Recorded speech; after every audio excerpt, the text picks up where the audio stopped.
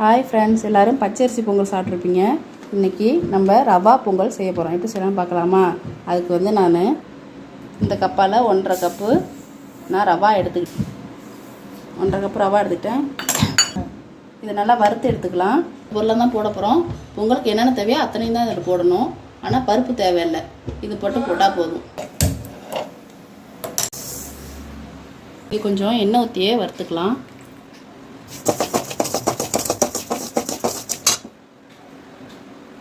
இது நான் பொன்னரமாக வறுத்துட்டு உடனே தளிச்சு விடுவாசி பக்கத்தில் கொஞ்சம் சுடு தண்ணி போட்டிருக்கேன். உடனே டக்கு டக்கு நம்ம செய்யலாம்.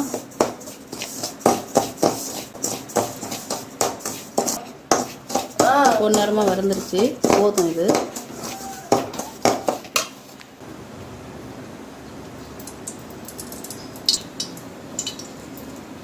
தண்ணி நல்லா கொதிச்சுட்டு சிம்மில் வச்சுக்கலாம். அதை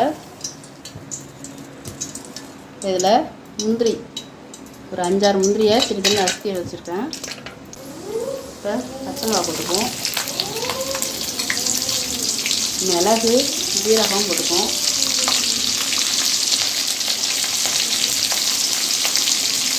இஞ்சி கொஞ்சம் போட்டுப்போம்.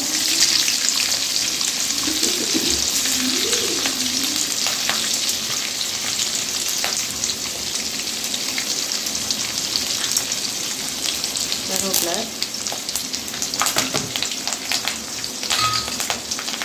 தண்ணியை ஊற்றிடுவோம்.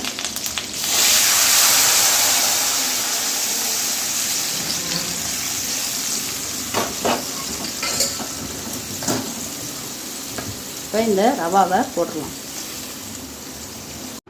தேவையான அளவு உப்பு போட்டுக்குங்க. நல்லா கிண்டிகிட்டே இருங்க.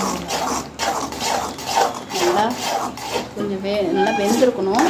அதனால் தண்ணி கொஞ்சம் சூடே வச்சு எல்லாம் கிண்டிகிட்டே இருந்தீங்கன்னா இதை பக்கத்துக்கு வந்துடுச்சு. இப்போ நெய் ஊற்றிக்கலாம்.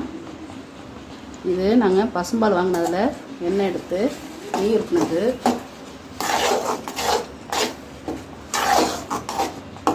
கொஞ்சம் ஊற்றினாலே எவ்வளோ வாசமாக இருக்கு பாருங்க.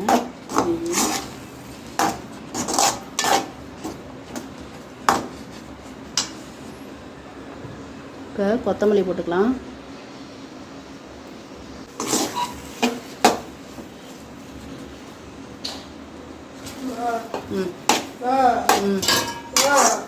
ஆமாம்,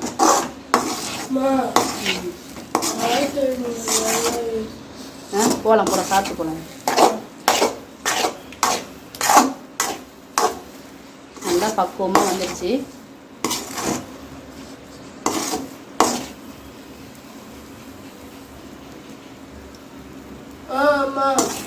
இனிமேல் நல்லா பொங்கல் வாசமாக வந்துடுச்சுங்க. நல்லா நம்ம டேஸ்ட்டு பார்க்க வேண்டியதுதான்.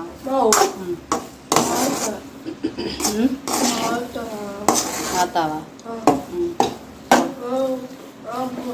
ஆஃப் பண்ணிடலாம்.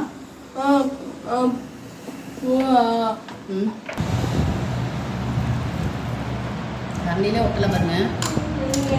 வச்சோடனே அழகாக பொறுத்துன்னு தேங்காய் சட்னி வச்சு கண்டிப்பாக இதுமாதிரி ட்ரை பண்ணி பாருங்கள். உங்களுக்கும் பிடிக்கும்.